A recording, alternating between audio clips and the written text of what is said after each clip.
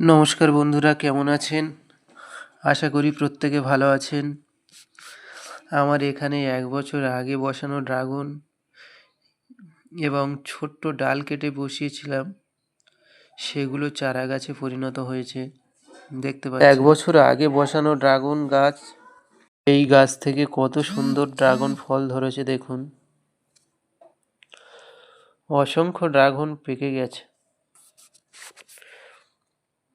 বাজার থেকে কিনে আনা ড্রাগন ফলের থেকে বাড়িতে চাষ করে একটু ভালো করে পাকিয়ে খেলে ড্রাগন ফলের স্বাদ দ্বিগুণ বেড়ে যায়।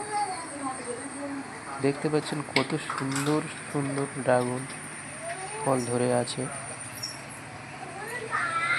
বন্ধুরা, প্রত্যেকে ভালো থাকবেন, সুস্থ থাকবেন, একটু সাবস্ক্রাইব করবেন।